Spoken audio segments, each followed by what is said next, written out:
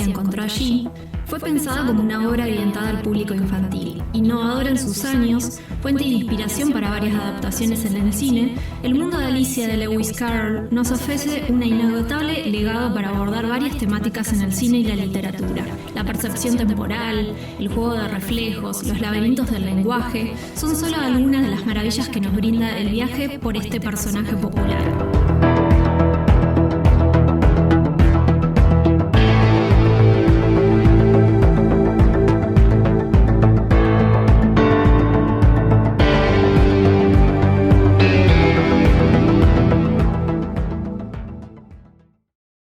Todo sucede como si, incluso antes de entrar en la sala, ya estuvieran reunidas las condiciones clásicas de la hipnosis: vacío, desocupación, desuso. No se sueña ante la película y a causa de ella. Sin saberlo, se está soñando antes de ser espectador. Hay una situación de cine, y esta situación es pre-hipnótica. Utilizando una auténtica metonimia, podemos decir que la oscuridad de la sala está prefigurada por el ensueño crepuscular. Precede a la hipnosis, ensueño que precede a esa oscuridad y conduce al individuo de calle en calle, de cartel en cartel, hasta que éste se sumerge finalmente en un cubo oscuro, anónimo, indiferente, en el que se producirá ese festival de los efectos que llamamos una película. Es como si un largo tallo de luz recortara un agujero de cerradura y todos estuviéramos estupefactos, mirando por ese agujero. Roland Barthes, lo obvio y lo obtuso, salir del cine.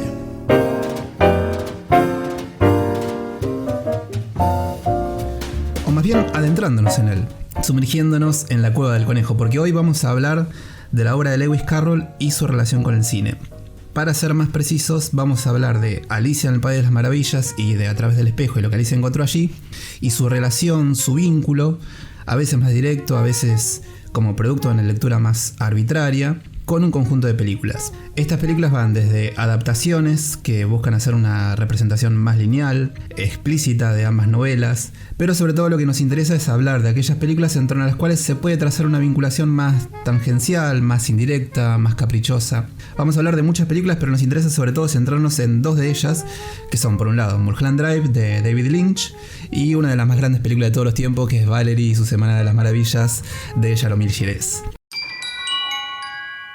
Para esto, la idea es trazar una serie de ejes que nos permitan dar lugar a estas relaciones entre las novelas y las películas, porque leí por ahí una crítica que decía que las novelas de Lewis Carroll eran complicadas de adaptar porque eran poco cinematográficas. Y yo me quedé pensando y dije, si no es el cine el medio que puede adaptarlas, ¿cuál es? ¿Cuál sería? En la novela tenés desde saltos temporales, alteración en la lógica del tiempo, transiciones violentas de un espacio a otro, disolución de formas. ¿Qué otro medio que no es el cine puede lograr eso? Sí, justamente remitiéndonos a esta cita de Barthes, que es muy interesante, ya el inicio de Alicia nos predispone a esta situación prehipnótica, a sumergirnos en un mundo de sueños y un poco como decís, uno tanto como lector como espectador también va creando y recreando esas imágenes en su cabeza, ¿no? Hay una predisposición a un viaje y eso es algo que Alicia también ha perdurado en el tiempo. Sí, hay una cita de Epstein en relación a esta cuestión de Gene Epstein que dice: el cine muestra que el tiempo es solo una perspectiva, nacida de la sucesión de los fenómenos, como el espacio es solo una perspectiva de la coexistencia de las cosas. El tiempo no contiene nada que se pueda llamar tiempo en sí, como el espacio no encierra espacio en sí. Solo se componen uno y otro de relaciones, esencialmente variables, entre apariencias que se producen sucesivamente, simultáneamente. El cine nos introduce, dice Epstein, a la irrealidad del espacio-tiempo.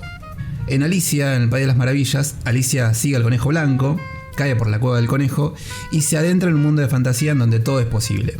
Ese mundo para nosotros y el motivo de este podcast es nada más ni nada menos que el cine. Y lo interesante de este mundo es que las convenciones de la lógica aparecen invalidadas. Alicia en el País de las Maravillas es uno de los ejemplos más populares de lo llamado nonsense en la literatura, es decir, del sinsentido. What nonsense. Este sinsentido es algo así como la alteración en el uso del lenguaje para dar como resultado un absurdo.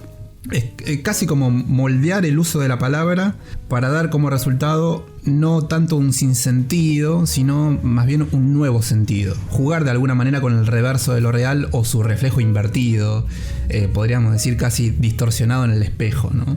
Por eso la obra de Lewis Carroll es complicada también respecto de las traducciones, porque su juego con el lenguaje está, por supuesto, anclado en el idioma inglés. Entonces muchas veces en las traducciones al español de la novela, generalmente a no ser que sea una muy buena traducción que se las rebusque como para buscar el significado más lineal, más directo de las palabras, muchas veces hay mucho de lo que se pierde, digamos, en esa traducción. Sí, justamente no es una obra que se presta a la literalidad en ese sentido. Estaba reflexionando también que ese descenso por la madriguera es también un descenso hacia el laberinto del lenguaje, y que el atravesar el espejo, como con la segunda novela, es también jugar con esos significados. Justamente en los mundos de Alicia, la enunciación, las convenciones y sobre todo las palabras y el contexto en donde se emiten esas palabras adquieren una gran relevancia, y un poco también, como decías, esta también es una de las grandes aventuras en las traducciones y sobre todo también en las adaptaciones cinematográficas. Sí, de hecho, cuando nos juntamos un poco a preparar el podcast, vos habías leído una versión de Alicia, yo había leído otra, entonces teníamos términos y nombres cambiados entre sí. Bueno, es medio una cuestión complicada. Pero vos mencionabas un término casi al pasar, pero que me parece de suma relevancia para entender la novela y para entender esta cuestión del sinsentido, del nonsense, que es la cuestión del juego. El juego con las palabras, el juego con los significados. Porque es esa cuestión del juego y del sinsentido es también lo que le da un tono infantil. Digo infantil en el sentido más amplio del término. En la adaptación de Disney, por ejemplo, del año 51, en la que se mezclan ambas novelas, tanto Alicia en el País de las Maravillas como Alicia a través del espejo, desde el momento en el que Alicia comienza a hablar sobre su mundo y su hermana le contesta diciéndole que es sinsentido, este término es como que le llama ahí poderosamente la atención, ¿no? Esto está al principio casi de la película. Y Alicia empieza a jugar un poco con la idea de un mundo en el que de repente reine el sinsentido.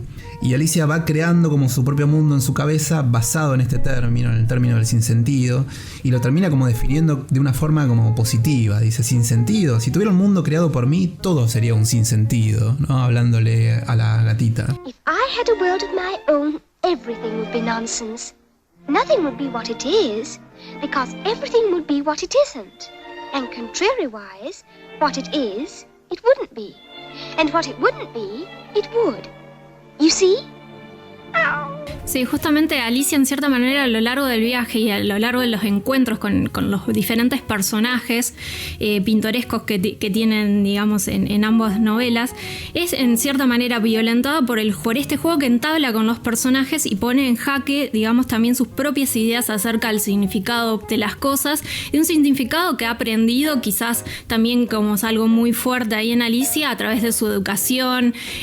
También hay un poco en contraste con aprender las cosas de memoria, ¿no? Como sí, esa educación casi tradicional, casi escolástica a la que parece estar sometido el personaje de Alicia, y que sin embargo en estos viajes se ve obligada un poco a ver el porqué de los significados de estas cosas y también a poner las cosas en su contexto.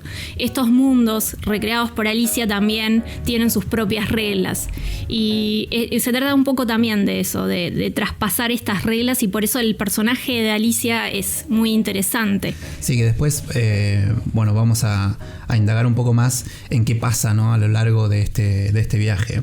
Pero cuando vamos creciendo y entrando en el mundo de la edad adulta también, como que se va perdiendo la idea de entender el juego como algo irracional, si se quiere, libre de ataduras y de reglas, como sucede muchas veces en los juegos más infantiles. Al crecer es como que aparece la norma, lo regulado, lo autorregulado, las pautas sociales de conducta, y el juego deja de ser un poco ese lugar de expresión libre en el sentido más amplio del término. Y con esto no quiero decir que la obra de Carroll esté desprovista de sentido y que sea un conjunto de arbitrariedades. Lo tiene, pero ese sentido no es el sentido sentido usual. La obra es siempre coherente como un todo. Sí, justamente quizás una de las escenas o las representaciones más lúdicas que se nos vienen es la famosa escena de la fiesta del té, de la Tea Party, donde se encuentra con el sombrerero loco y la liebre de marzo. Y ahí está el otro bichito, ¿cómo se llama? El lirón. Al menos en la novela, no sé si en todas las representaciones cinematográficas, pero digamos, ahí es donde Alicia aprende que también el tiempo es todo un personaje, es toda una entidad, y que por cierto también el tiempo es una convención. Nos encontramos, digamos, con esta escena del té, donde nos encontramos que son siempre las 6 de la tarde, son siempre la hora del té, y a partir de eso, digamos, estos personajes organizan su vida, básicamente. Y hay una situación de suspensión de lo temporal, de la dimensión del tiempo, ¿no? Como sucede un poco en esa escena de Picnic en Hanging Rock de Peter Weir, que en momentos llegan a la cima de esas montañas. Creo que es al mediodía, justo cuando todo el mundo se queda dormido, y se despiertan y se dan cuenta que los relojes se detuvieron de repente, ya no funcionan. Stopped at 12. Never stopped before. Must be something magnetic. Sí, esta cuestión también de pensar no el tiempo como algo lineal, sino como un tiempo simultáneo, digamos, la posibilidad de pensar un tiempo simultáneo, que es algo que vamos un poco a indagar más adelante cuando nos adentremos más en los mundos de Lynch y de Maya Deren. Sí, que son las posibilidades también que ofrece el cine, ¿no? También, digo, en relación a la cita que hacíamos anteriormente de Gene Epstein, si hay algún dispositivo, si hay algún fragmento de realidad que permite pensar el tiempo de esa manera, también es el propio dispositivo cinematográfico. Oh, Dinah, it's just a rabbit with a waistcoat and a watch. Oh, my dear whiskies, I'm late. Pero bueno, vamos a ir metiéndonos en la primera de las películas que constituye uno de los pilares de este podcast, que es Valerie y su Semana de las Maravillas.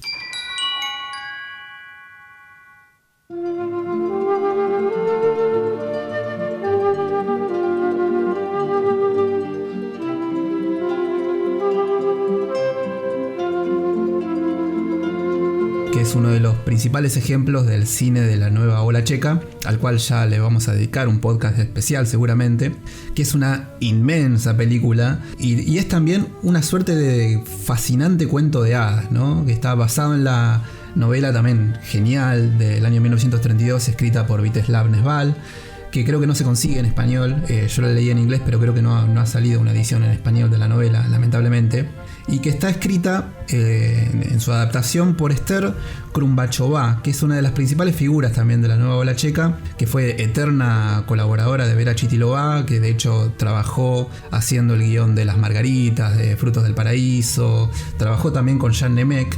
Y que bueno, la película es de alguna manera la historia de una piba que se embarca en su viaje hacia la feminidad, narrada desde un prisma muy onírico, ¿no? En donde hay una amenaza que es la figura del vampiro o del hombre turón, como se le llama en la película, y una búsqueda también por parte de ella de tratar de entender qué es lo que está pasando con ella misma y con su familia.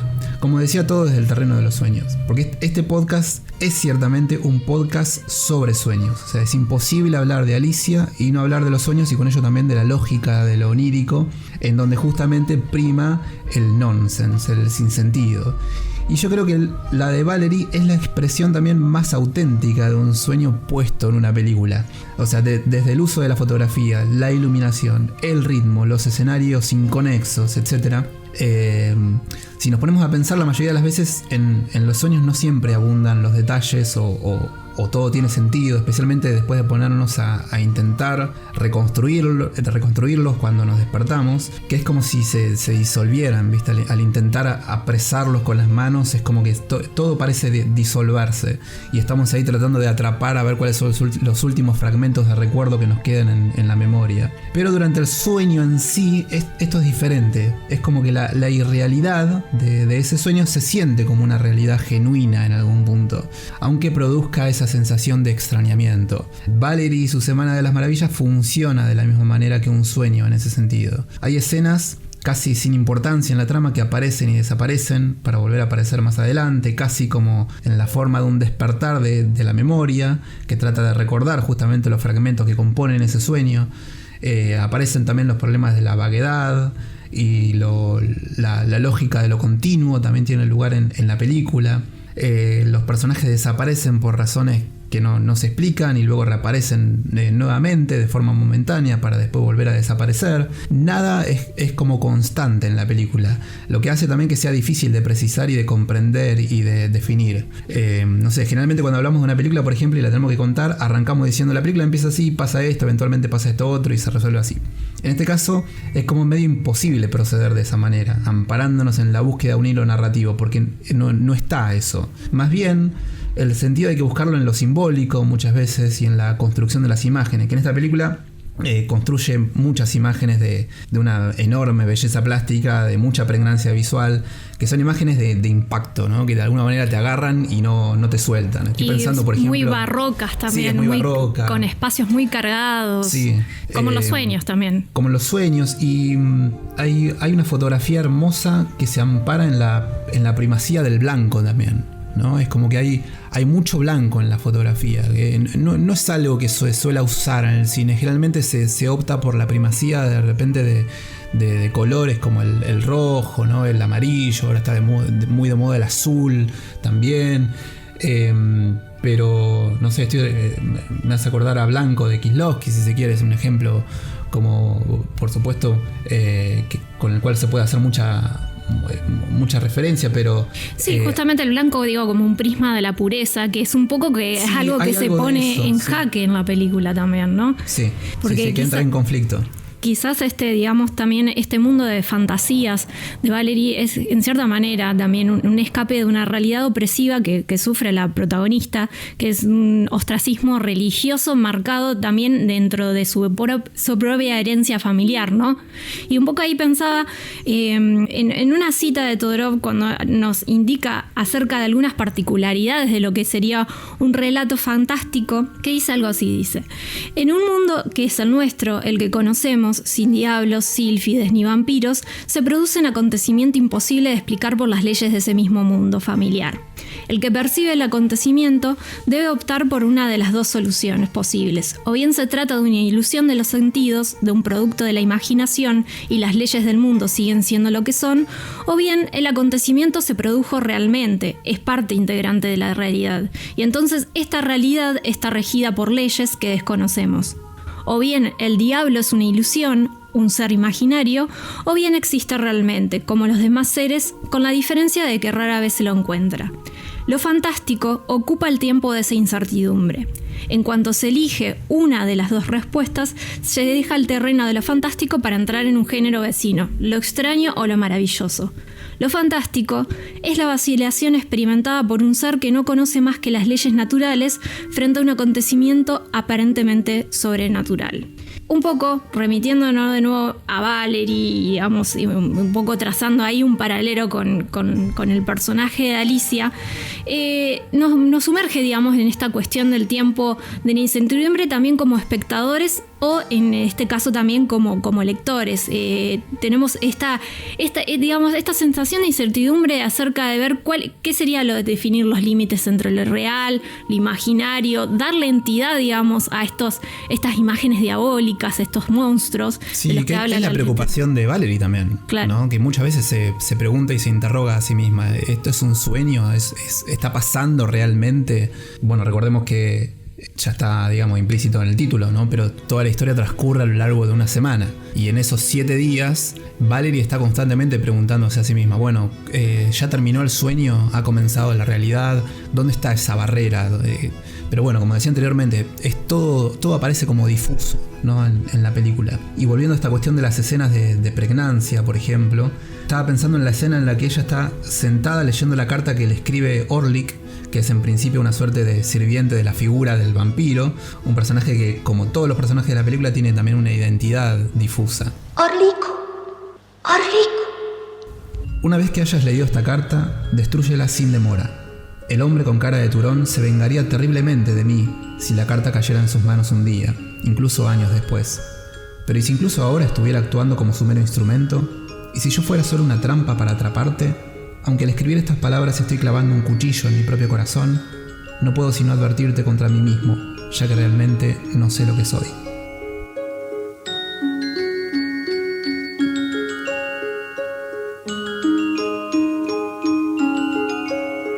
O la escena en la que ella aparece caminando por una especie de callejón, que desde atrás aparece la figura del vampiro, o el mismo final de la película también. En fin, hay toda una serie de imágenes y de escenas también muy potentes. También hay una cuestión de la relación entre Valerie y los espacios que ella habita, ¿no? Los espacios arquitectónicos.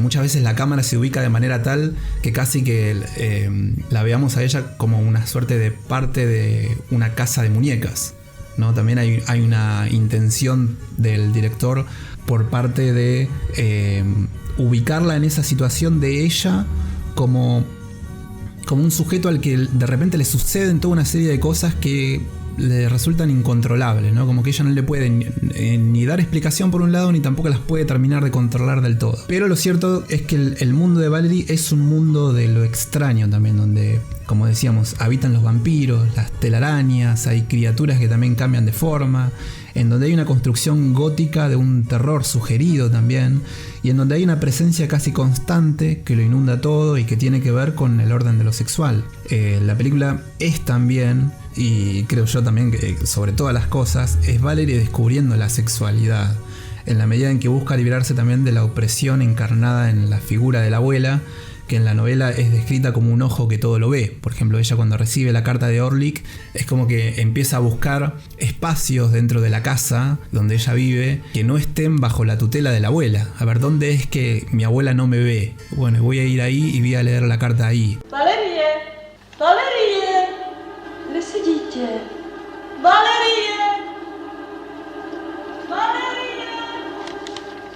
Sí, en ese sentido remite también a la novela gótica en esta cuestión de hay un personaje femenino encerrado, y en este caso Valerie está encerrada, digamos, en esta educación religiosa que, digamos, la abuela puede llegar a representar también esta cuestión, digamos, este ímpetu, este ostracismo religioso, y estar encerrada, digamos, justamente entre cuatro paredes. Un poco a Valerie también se la priva un poco de la salida a ese espacio exterior. Sí, de las relaciones, los vínculos. De las relaciones, de los vínculos. Es un personaje, como Alicia también, un personaje muy solitario en ese sentido, ¿no? Sí. Y que también, al igual que Alicia, tiene este ímpetu por la curiosidad, que es propia también un poco también en esta cuestión de esta búsqueda del pasaje entre la niñez y la pubertad, que va haciendo Valerie, un poco ahí enfrentándose a este descubrimiento sexual, y un poco también poniendo en jaque, digamos, esta representación de la niñez como pureza, ¿no? Y como esa pureza que debe ser cuidada. Sí, con una actitud también muy desafiante, ¿no? Eso también está como muy presente en la película. Hay escenas súper dramáticas. Por ejemplo, hay una escena donde a ella la quieren quemar viva, la acusan de bruja, y ella todo el tiempo hasta el final mantiene una actitud súper desafiante. De hecho, hasta se burla de sus inquisidores ahí, si se quiere. Sí, de hecho, digamos, también es algo propio del personaje de Alicia, que si bien se sumerge en este mundo extraño, en cierta manera no reniega de este mundo, sino que lo enfrenta. Sí. Y lo enfrenta tratando de aprender las reglas de este mundo, y porque Alicia también es un gran viaje, y al igual de Valerie, es un gran viaje por el aprendizaje de uno mismo. Sí, y asumiendo parte de esa extrañeza también. A uno como espectador muchas veces lo termina como descolocando ciertas actitudes que ella va adoptando, ¿no? Como esto que decía anteriormente, de burlarse de situaciones que a uno como espectador de entrada le resultan como muy chocantes desde el punto de vista de lo dramático, ¿no? De lo intenso. Bueno, también se ve la visión distorsionada y opresiva de la sexualidad inculcada por la iglesia, ¿no? Que también juega un rol importante en la película, en donde se desnuda también toda su perversión, ¿no? Y ahí aparece la figura de este sacerdote que intenta abusar de ella, ¿no? Para después acusarla de bruja diciendo, no, ella me tentó a mí. Y todos estos elementos se utilizan de manera a veces metafórica, compitiendo casi por el poder en una lucha interna dentro del personaje de Valerie. Hay un choque de batallas ahí entre la religión, por ejemplo, y el deseo de lo sexual, ¿no? El propio viaje ya de autodescubrimiento de Valerie es una especie de odisea surrealista, ¿no? Como la película misma. en el que al tratarse también de un sueño, prima una alteración de la percepción, ¿no? De todo lo que tiene lugar en la historia, ¿no? Trayendo de vuelta a Todorov, donde todo se difumina y parece disolverse. Todo sucede con los espacios, como ocurre en A través del espejo, donde tenemos continuidad narrativa temporal, pero de repente hay una interrupción en el orden de lo espacial para conducirnos a otro lugar que es a la vez extensión del espacio previo, pero que es distinto, como pasa en Atlan, el corto de Maya Deren del 44, en donde ella va transitando lugares que rápidamente pasan a ser sustituidos por otros, y que en el transitar esos lugares también se va topando con distintas formas de su yo, dando lugar al problema de la crisis de identidad, a la pregunta de quién soy, que está muy presente en las novelas de Carroll, donde Alicia de repente la confunde con otra persona, ¿no? Creo que es el conejo en primera instancia que la confunde con Marianne. Con Marianne. Se olvida su nombre ella misma, ¿no? Cree que la han cambiado por otra persona, como le dice a la oruga también en su famosa charla. Yo ya no sé quién soy, yo ayer era otra persona, ¿no? I'm afraid I can't explain myself, sir, because I'm not myself, you know. O la sustitución y dobles de los personajes también, ¿no? El sombrerero loco y la liebre de marzo aparecen también representados bajo otros nombres a través del espejo. Sí, es verdad. Y que es también un problema que está presente en la película de Gires y en la novela de Valerie. Y es también uno de los problemas, si no el problema, en el libro de Alicia Janot de Teresa de Laurenti, ¿no? Donde la relación entre las mujeres en cuanto sujetos históricos y el concepto de mujer, tal y como resulta en los discursos hegemónicos, tal como resulta también en el cine, con los problemas de una eventual o no identificación con ese constructo, y la cuestión de la definición en torno a la mujer, y cómo esas imágenes, a partir de definirla, la fijan también en una cierta identidad, ¿no?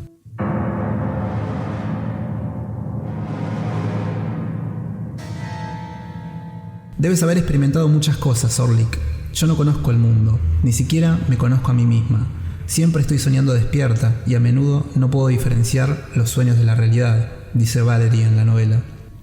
Mientras veía la película me acordaba mucho de En compañía de lobos, que es una película dirigida por un director irlandés, Neil Jordan, que está escrita junto a Angela Carter, que es la autora del cuento en el que se basa la película, titulado también En compañía de lobos, que forma parte de los relatos publicados en La Cámara Sangrienta, en donde en este y en otros relatos lo que hace Angela Carter es como buscar reinventar o reescribir los cuentos de hadas o los cuentos populares tradicionales desde una óptica feminista. Digo, los cuentos tradicionales que muchas veces de los cuales se ha nutrido nuestra infancia, ¿no?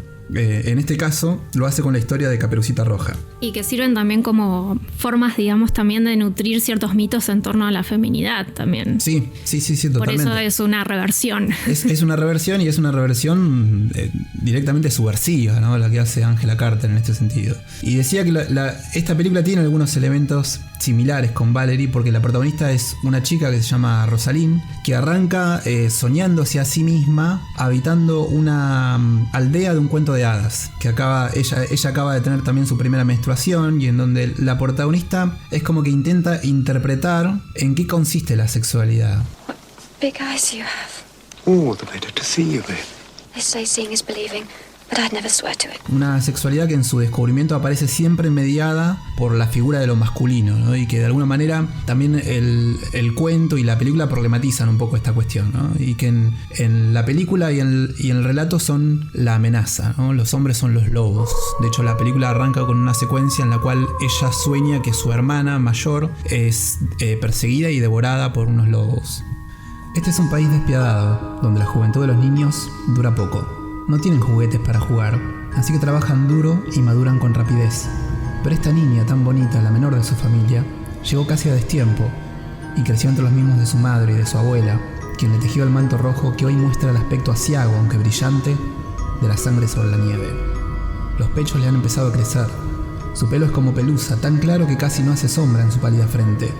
Sus mejillas son de un blanco y escarlata emblemáticos, y acaba de tener su primera menstruación. El reloj interno que, en lo sucesivo, avanzará una vez al mes. En compañía de lobos, Angela Carter.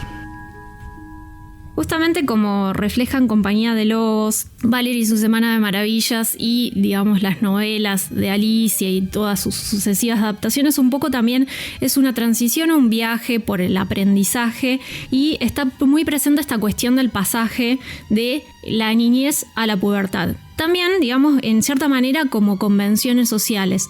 Hay una cita muy interesante en el libro que ya mencionamos, Alicia ya no, de Teresa de Laurentiis, que tiene que ver con el encuentro que tiene Alicia con Humpty Dumpty.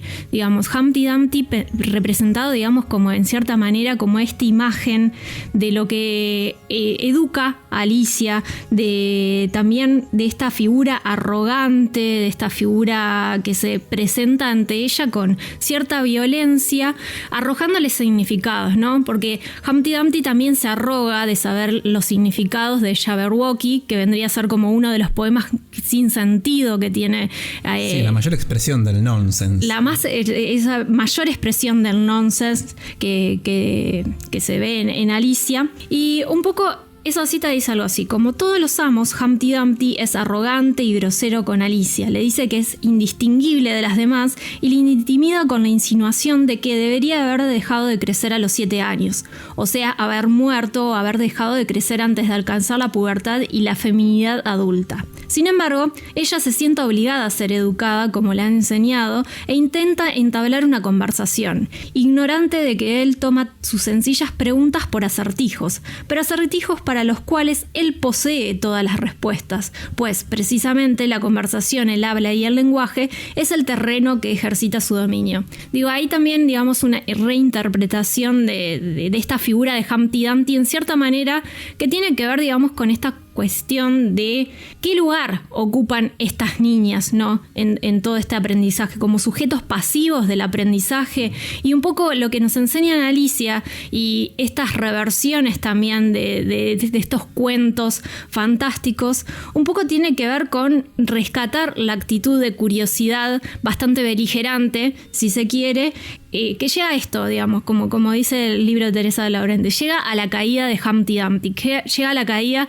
de la representación acerca de quién es el que domina y el que predispone los significados. Sí, que es muy curioso el hecho de que Humpty Dumpty es una figura casi ausente, ¿no? En muchas de las adaptaciones de Alicia, por lo menos en las más populares. Sí recuerdo que, por ejemplo, aparece representado en la versión del 33, ¿no? Que aparece como si fuera casi un monstruo, ¿no? En realidad es un poco el tono general de la película, donde todo parece como monstruoso, ¿no? Sí, una película que de hecho no resulta porque esta fusión de las dos novelas, pero quizás más planteada. Por eso y porque es terrorífica la película, o sea, todo parece dar miedo ahí.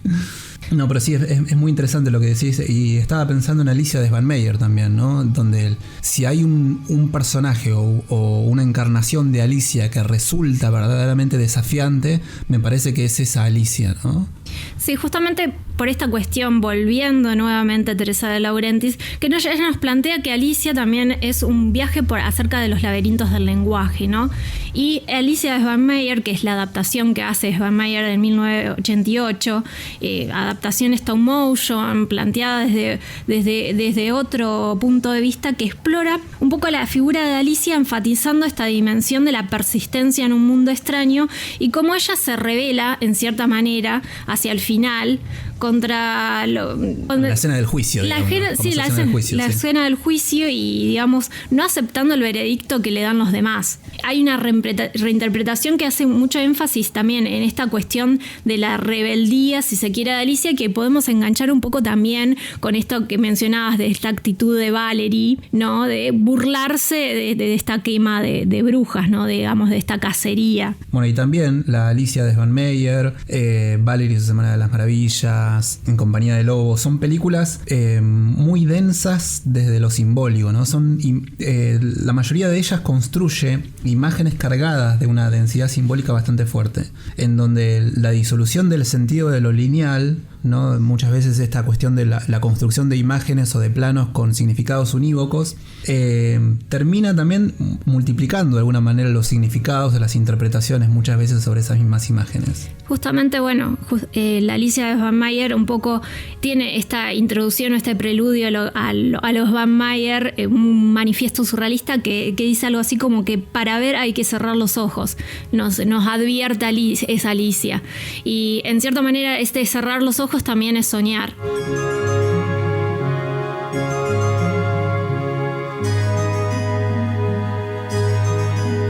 Si tan solo todo esto fuera un sueño y si solo pudiera despertar de él, decía Valerie desde lo más profundo de su corazón.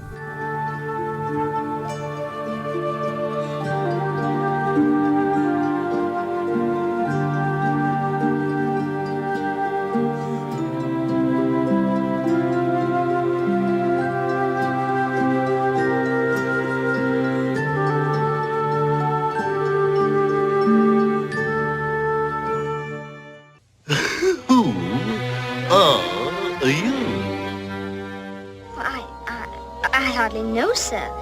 I've changed so many times since this morning, you see. I do not see. Una carretera implica seguir adelante hacia lo desconocido, y eso me cautiva. Esas son también las películas. Las luces se apagan, la cortina se abre y despegamos, pero no sabemos hacia dónde nos dirigimos.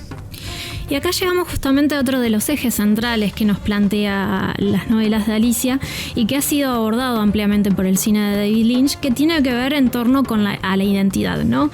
Como vemos también en Alicia, la identidad puede ser alterada por su cambio de formas, un poco, digamos, en este planteo del pasaje de la oruga que le plantea a la misma Alicia quién es, y ella ya no sabe porque ha cambiado tantas veces de formas, de tamaños, de colores, que ya no sabe ni quién es y no le puede decir quién es, y que justamente esta identidad es alterada también por la presencia de los otros, por este encuentro con los otros, pero también nos enseña que la identidad, en cierta manera, puede ser un juego. Y es algo que explota, digamos, justamente David Lynch en Mulholland Drive, ¿no? Sí, como pasa también en Valerie, ¿no? Que ya lo hablábamos anteriormente. O pasa también en Alicia o la última fuga, que es la película de Chabrol del año 77, ¿no? Donde también tenemos nuevamente esta cuestión del viaje, pero también esta cuestión de la identidad, también la búsqueda de la identidad como factor de ordenamiento también de los elementos que tienen lugar dentro de esa dimensión de lo onírico. Mulholland Drive. That's where I was going. Desde la primera escena que vemos en Mulholland Drive nos plantea una escena de un concurso de baile donde se señala que vamos justamente a entrar a un mundo de fantasías donde vemos estas figuras danzantes, brillantes, indefinidas, que no sabemos hasta ese momento quiénes son, y justamente es una historia centrada en Hollywood. Es la industria de las ilusiones, la industria de las fantasías, y un poco también nos predispone a esta cuestión de adentrarnos en un mundo onírico. Sí, que Hollywood también es un poco también la tierra de las identidades múltiples, ¿no? Y donde habitan básicamente personas que viven de interpretar a otras personas, digamos, a otras identidades, otras personalidades. Justamente, digamos, esta cuestión de los actores y la posibilidad de cambiar y interpretar otros roles. Y esto es un poco lo que nos plantea, ¿no? Mulholland Drive en esta primera parte, en este inicio donde vemos a Betty, que es una actriz novata que llega a Hollywood justamente en busca de éxito. Movida, digamos, justamente por esta ilusión de éxito, por esta búsqueda de un sueño, ¿no? Porque se lo plantea así un poco también en esta cuestión, adentrándonos dentro del sueño americano y de la representación que hay sobre Hollywood. Cuando llega a la casa de su tía, que le presta la casa para instalarse en Hollywood, se encuentra con una mujer que no sabemos quién es, que ha sufrido un accidente y que justamente no recuerda su nombre.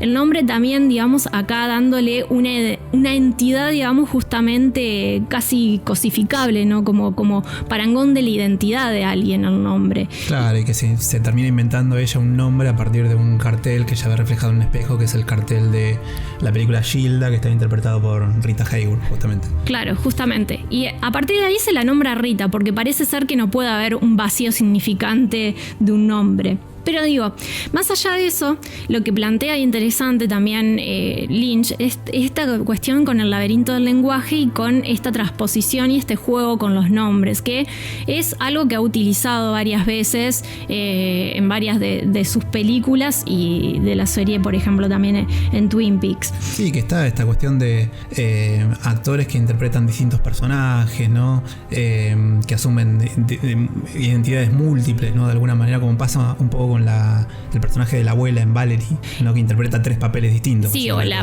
también el padre, que es vampiro, monstruo, figura, alturón. Tal cual, y sí. Tiene, digamos, como esta transposición y esta simultaneidad de, digamos, justa de la multiplicidad de identidades. Sí, es esa cosa que también aparece un poco en el cine de Buñuel, ¿no? En ese oscuro objeto del deseo, donde tenemos otra relación ahí, donde tenemos un mismo personaje que está interpretado por 2 actrices distintas y que se alternan apareciendo en distintas escenas, ¿no? Lo cual le da a la película un tono también bastante impregnado un poco del surrealismo, ¿no? De Buñuel. Y justamente también mencionamos anteriormente un corto de Maya Deren, Atlan, donde me parece que ahí un poco el planteo, y que traemos Maya Deren nuevamente porque es una gran influencia para Lynch en ese sentido, donde plantea un poco esta cuestión de qué pasa también que con la simultaneidad del tiempo y cómo el tiempo también reformatea las identidades. En Atlan lo que vemos son muchas Maya Derens, porque está protagonizado por ella, y plantea, digamos, también esta coexistencia múltiple de identidades. Y es algo también que el cine de Lynch ha explorado. Pero como decíamos, estamos planteando acá la historia de Betty, que es una actriz que va en búsqueda del éxito y que se encuentra con esta mujer que le plantea un dilema, y que le plantea también, ahí es el nudo conflictivo, problemático, le plantea la idea de salir a buscar, digamos, quién es Rita, justamente. ¿Cuál es la verdadera identidad? Sí, que les propone directamente algo así como juguemos a ser detectives, ¿no? Claro, sí, porque se lo toman como un juego de película. Come on, it'll be just like in the movies. We'll pretend to be someone else. Y ahí lo interesante... Bueno, aparece nuevamente la cuestión del juego, ¿no? Del juego como elemento lúdico que de alguna manera también dispara la trama. Y que justamente, digamos, en este juego y en este pasaje, en esta transición por buscar quién realmente es Rita, es que se van a ir develando una sucesión de cosas oscuras. Ahí me parece que, digamos, justamente un punto de inflexión es cuando se le remite este otro nombre, donde ellas van en una escena en una cafetería y encuentran que la moza se llama Diane, y eso a Rita le remite, digamos, un recuerdo, y van en búsqueda de este nombre, digamos. Es muy interesante cómo está planteado también Mulholland Drive en este sentido de aferrarse a la identidad a través de un nombre, y que eso remita, digamos, también, y casi al estilo de Alicia, digamos, como que las palabras puestas en ciertos contextos nos remiten, digamos, a otros laberintos del lenguaje.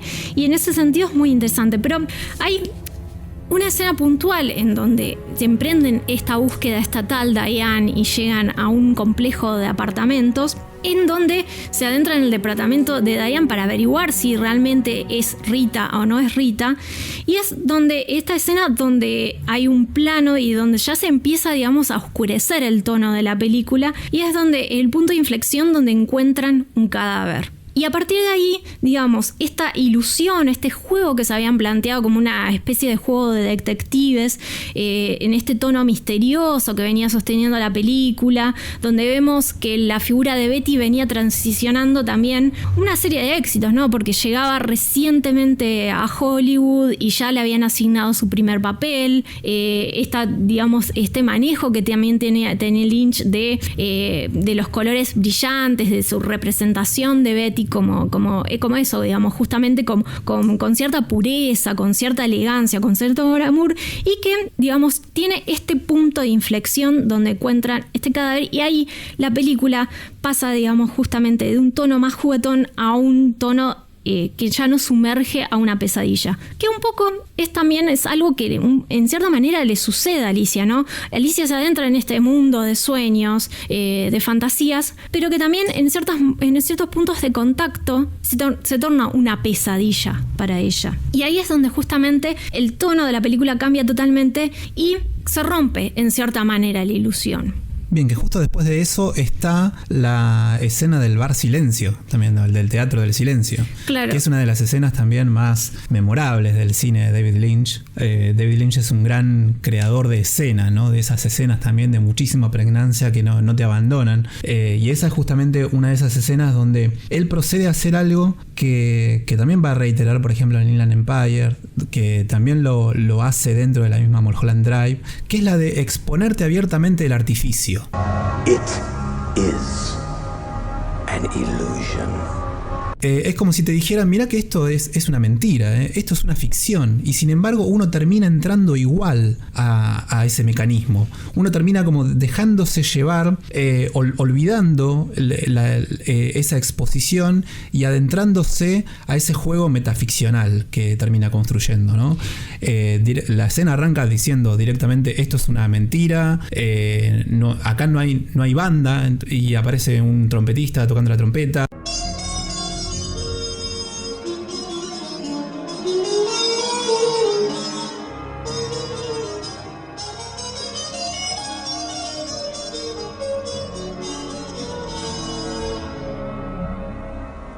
It's all recorded.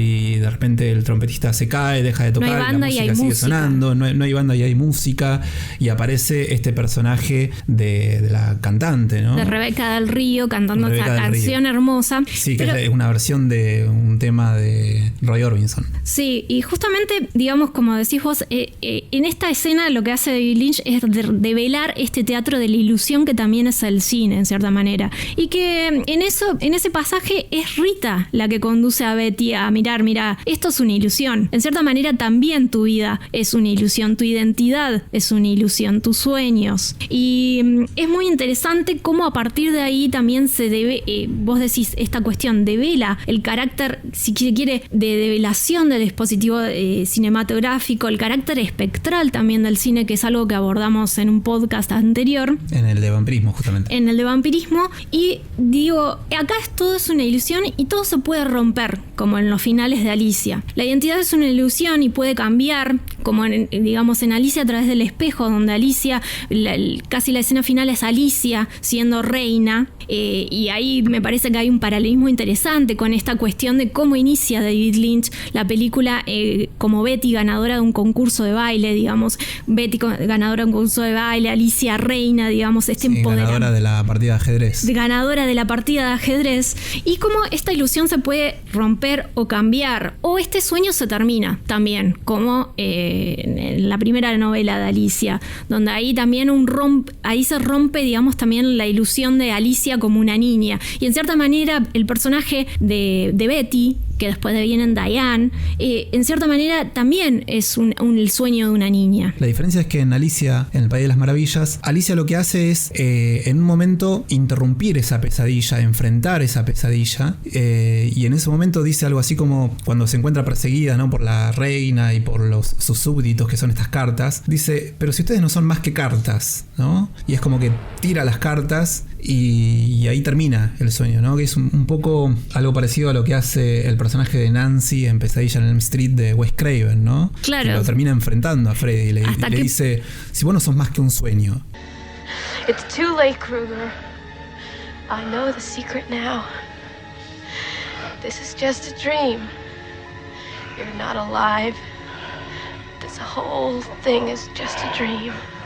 Sí, hasta qué punto uno le da entidad a un sueño. Y justamente es interesante, vos decís, ahí hay una voluntad, si se quiere, de Alicia de controlar o tratar de controlar ese sueño y decir hasta qué punto es un sueño y una realidad, que no es lo que le pasa al personaje de Betty, que es conducido por Rita a este teatro de la ilusión. Y por eso, digamos, me parece que esa escena es muy representativa y tiene mucha importancia como punto de inflexión de lo que es el juego de la identidad.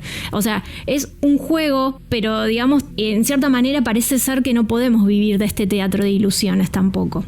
Y de ahí nos vamos al segundo punto de quiebre, o si se quiere también el punto de quiebre fundamental en cuanto a la estructura narrativa de la película, que es la escena del vaquero, ¿no? Donde se le aparece el vaquero a Naomi Watts cuando ella está durmiendo y el vaquero le dice, es momento de despertar.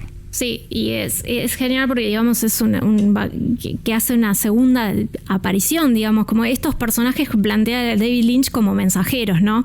Sí. Como son una especie de mensajeros, y le dice, es hora de despertar, linda. Hey, pretty girl. Time to wake up. Y ahí es, digamos, quizás el punto de quiebre definitivo podríamos pensarlo como una segunda parte de la película, donde vemos a Diane, a la verdadera Diane, y todo, digamos... Y su verdadera realidad, ¿no? Su verdadera realidad, y por eso hasta qué punto, digamos, también este juego de la identidad de los sueños se vuelve algo peligroso, ¿no? Sí, pero digo, donde... ella está lejos de ser la actriz que triunfó en Hollywood, donde vive en un departamento medio tirado abajo, donde sus sueños...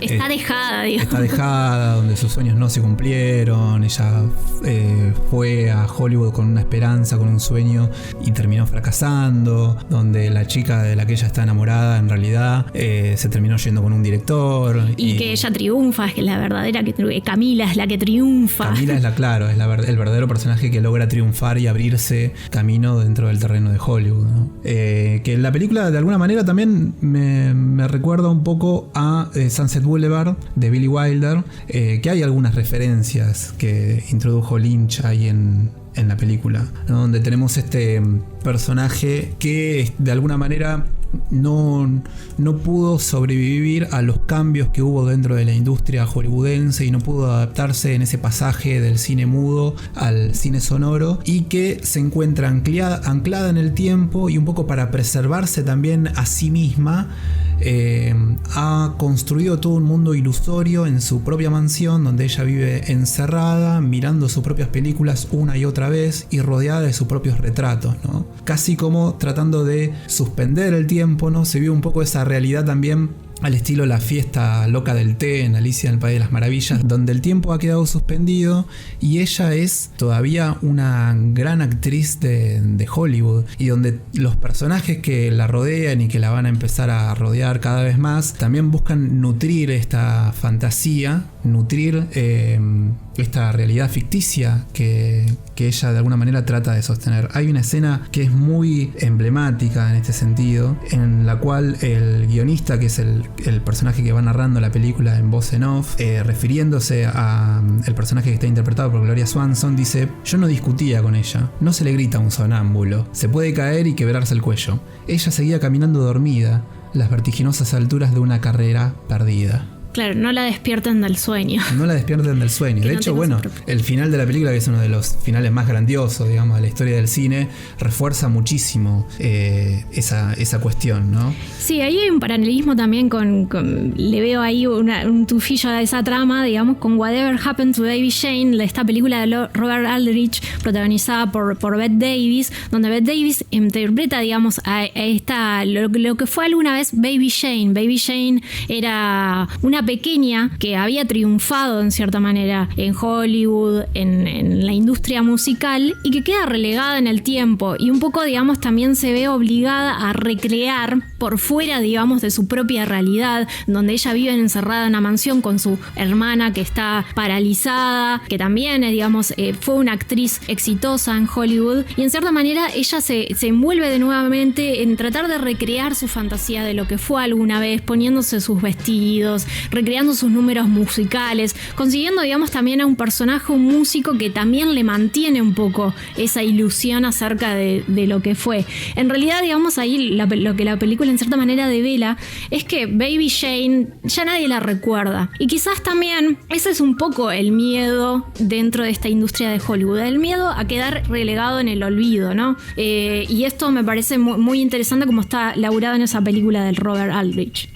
Sí, que es un poco... Bueno, Mulholland Drive va de alguna manera de la frustración de los sueños, de las aspiraciones, pero es un poco la cuestión y el tema central en Lost Highway, también de David Lynch, donde la película va de alguna manera sobre cómo la mente se termina engañando a sí misma para no tener que lidiar con algo que le resulta imposible de afrontar, ¿no? De alguna forma.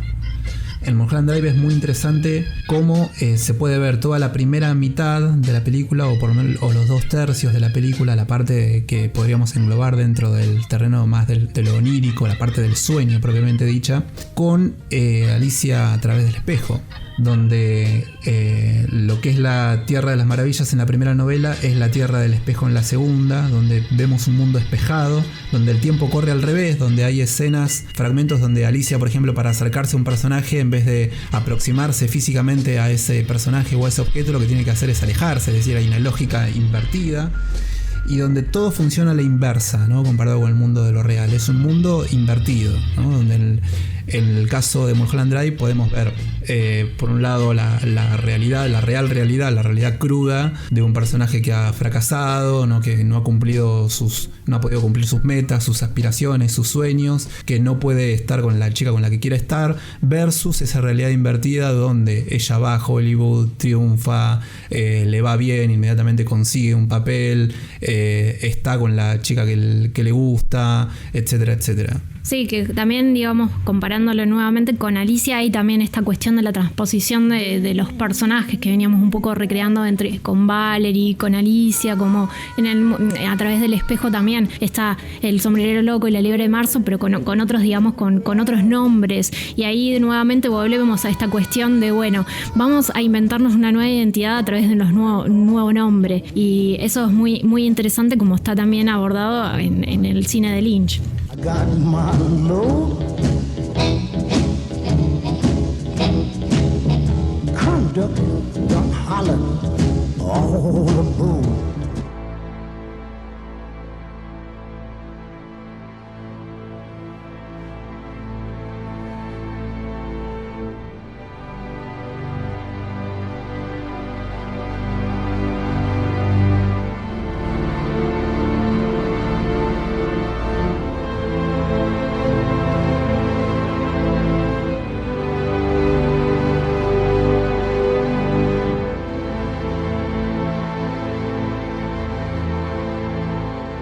Letras grandes como casas coronan la empinada pendiente y reproducen el fabuloso nombre del lugar. La 13ª letra de Hollywoodland es una D mayúscula. La fracasada dance girl Peg Enswide escaló estas empinadas pendientes del Mount Lee. Trepó por entre la maleza hasta la superficie superior de la D y sin dudarlo se arrojó al vacío. Solo había podido pescar papeles secundarios, uno de ellos en 13 Women, por eso eligió la 13ª letra. Su cadáver, destrozado por la caída, fue cubierto con telas. Durante un tiempo yació en un lugar casi inaccesible, hasta que lo bajaron con sogas. En la ciudad de los destellos, este fardo obtuvo fama por un día.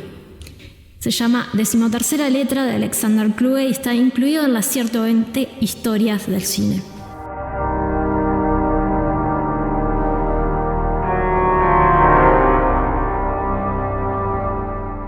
Ahora está soñando, dijo Tweedledee. ¿Y en qué crees que sueña? ¿Quién puede saberlo?, dijo Alicia. ¿Cómo que no? Sueña contigo, exclamó Tweedledee, batiendo palmas triunfalmente. Y si dejara de soñar contigo, ¿dónde crees que estarías? Pues donde ahora estoy, claro, dijo Alicia. Ni hablar, replicó con desprecio Tweedledee. Tú no estarías en ninguna parte, pero si tú no eres más que un objeto de su sueño. Si el rey aquí presente se despertara, añadió Tweedledum, te apagarías, igual que una vela.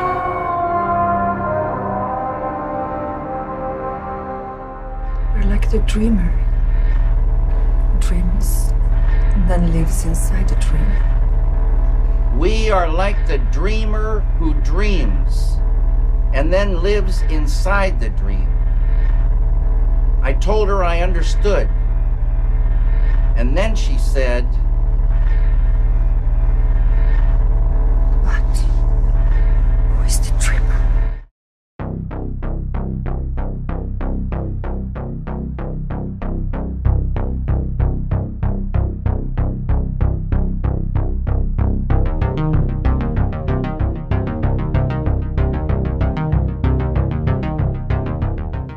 Esto fue Videodromo, un podcast de cine. No olviden seguirnos en nuestras redes. Nos pueden encontrar tanto en Facebook como en Instagram como Videodromo Proyecciones. Nos pueden escuchar desde YouTube, desde Spotify. Ayúdennos a compartir y a difundir esto que hacemos, que es Videodromo, un podcast de cine.